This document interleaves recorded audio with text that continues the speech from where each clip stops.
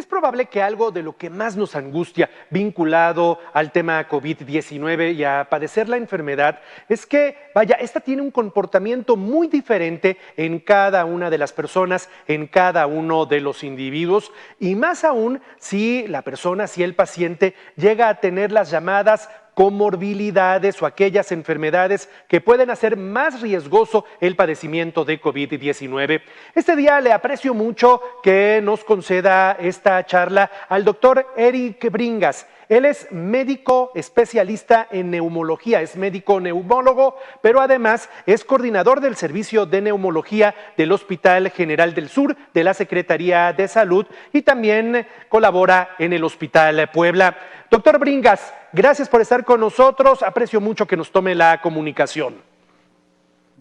No, pues gracias a usted, Juan Carlos, buenas tardes. Muchas gracias, doctor. Y bueno, quiero empezar preguntándole lo siguiente. ¿Por qué a lo largo de este tiempo, le preguntaría, ya se sabe por qué hay personas que resultan asintomáticas al COVID-19 y por qué hay otras personas que pueden llegar a desarrollar síntomas que los pueden poner en una situación de tal riesgo que incluso pueden llegar a la muerte? Ya se conoce este tema.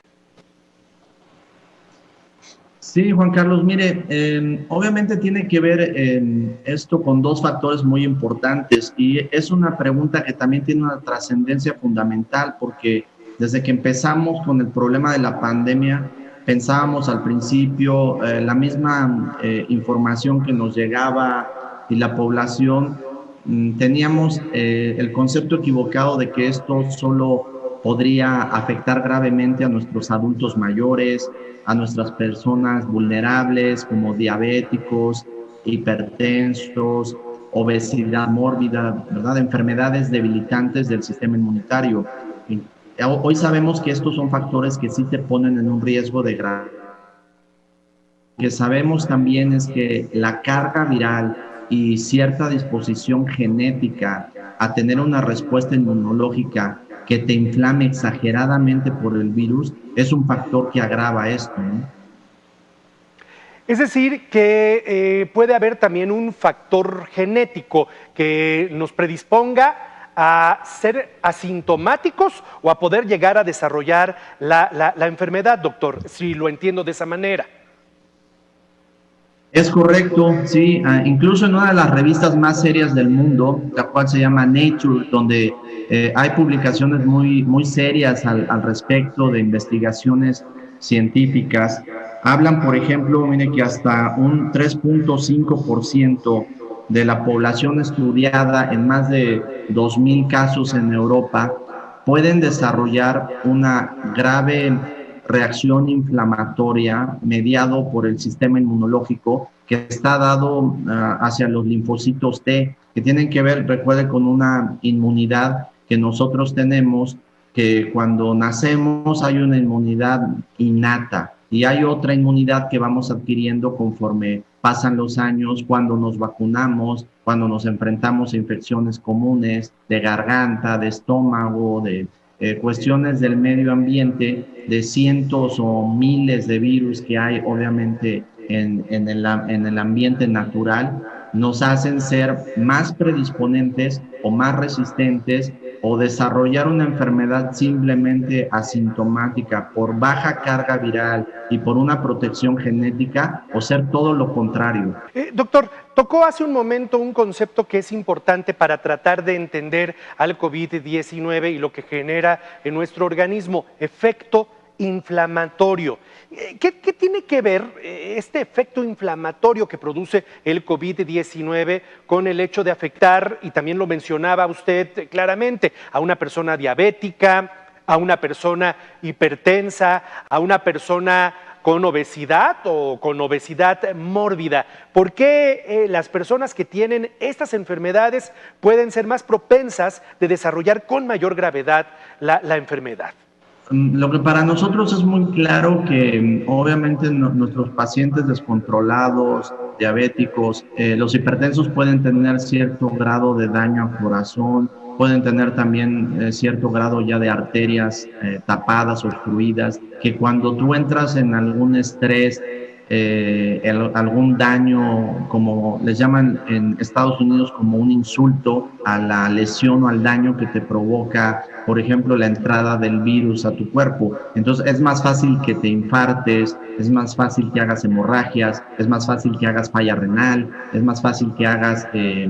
complicaciones que de alguna manera aumentan en porcentajes el riesgo de que la persona fallezca cuando está en una terapia intensiva, con un respirador artificial o con cuidados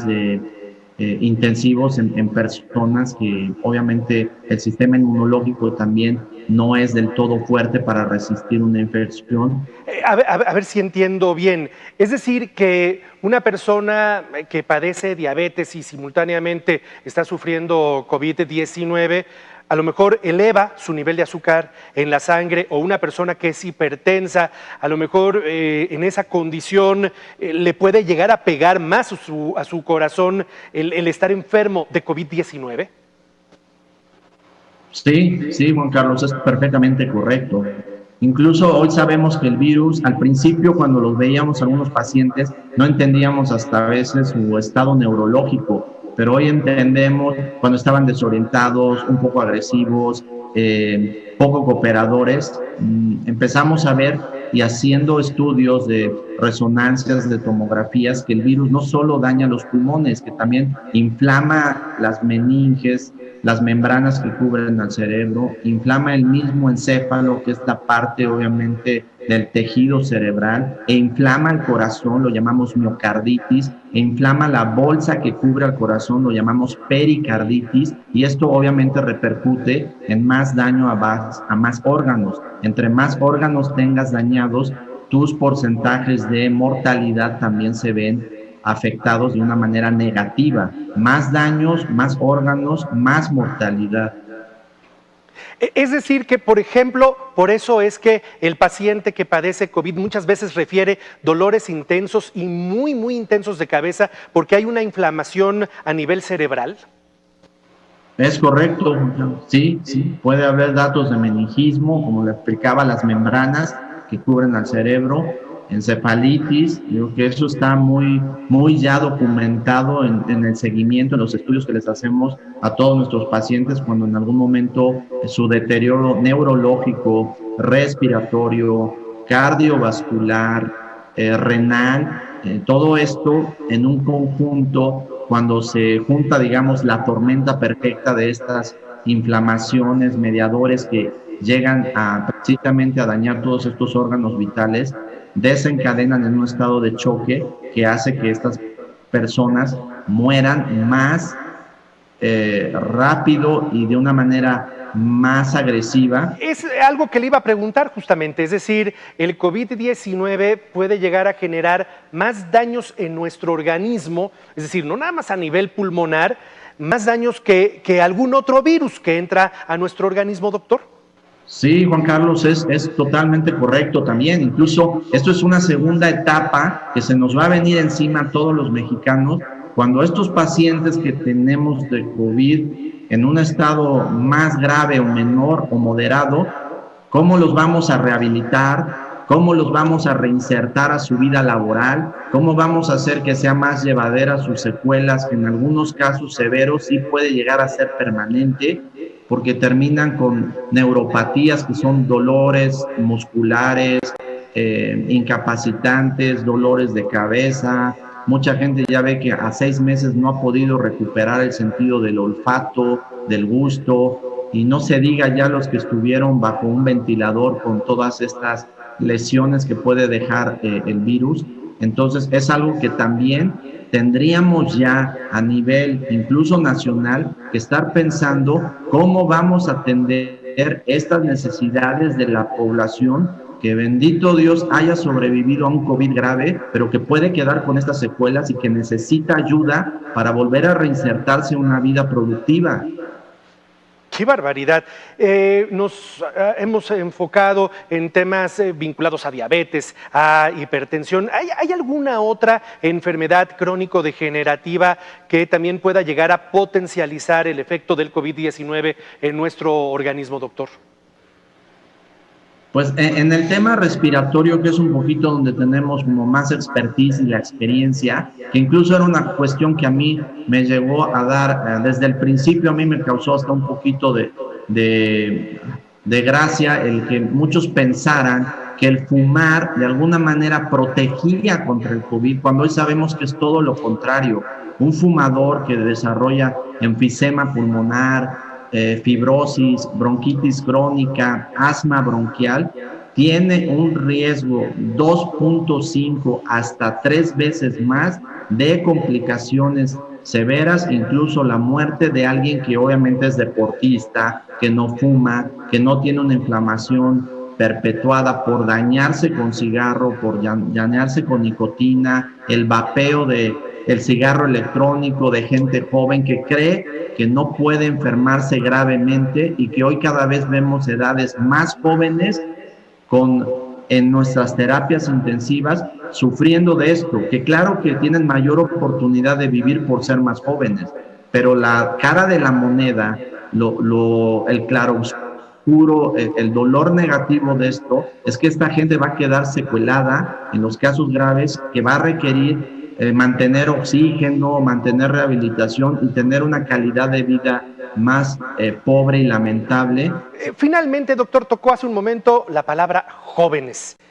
Es cierto que, porque es parte de lo que se dice, que el niño no se contagia, que el adolescente no se contagia. Sí, también es otro mito del COVID que tenemos que precisamente romper, desmitificar. Por ejemplo, revisaba yo ahí del 14 de diciembre de la Secretaría de Salud, el secretario, el doctor José Antonio Martínez, diciendo que en Puebla teníamos hasta esas fechas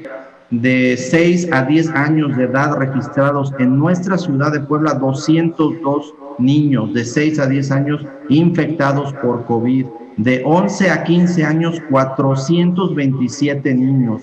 y de 16 a 20 años 1,008 niños infectados. Entonces, tenemos una cantidad de menores también afectados. Finalmente, doctor, yo, le diría a quienes nos están viendo que la charla con usted no busca generar un tema de pánico. Yo creo que más bien es un tema de conciencia, es decir, es hablar finalmente de que esta enfermedad, sí, hay algunos que resultan asintomáticos a ella, pero hay otros en los que los efectos pueden ser o fatales o tener consecuencias a muy largo plazo. Y entonces, lo que nos queda en este momento, doctor, es seguir siendo responsables con las medidas preventivas a todos, a niños, a jóvenes, a adultos mayores, todos tendríamos que ser sumamente responsables. Sí, pues es correcto, como hemos visto también que influenza mata a 60,000 americanos al año, que el índice de letalidad de esto, por ejemplo, que hablamos del 2 al 3%, nosotros tenemos que entender que COVID es más agresivo. Tenemos que, de alguna manera, ser responsables y corresponsables con las autoridades, con la comunidad médica, con nuestras familias, con nuestros seres queridos, para tratar de contener hasta donde ya sea posible este problema de salud pública mundial. Le aprecio mucho al doctor Eric Bringas, él es médico neumólogo, él está en el pie de lucha de COVID-19 y además coordina el servicio de neumología en el Hospital General del Sur y también en el Hospital Puebla. Doctor, sígase cuidando a usted, yo a usted también le deseo salud y que esto no lo vaya a afectar en algún momento. Le mando un abrazo y le agradezco la charla. Un abrazo, saludo a ustedes, auditorio, Juan Carlos.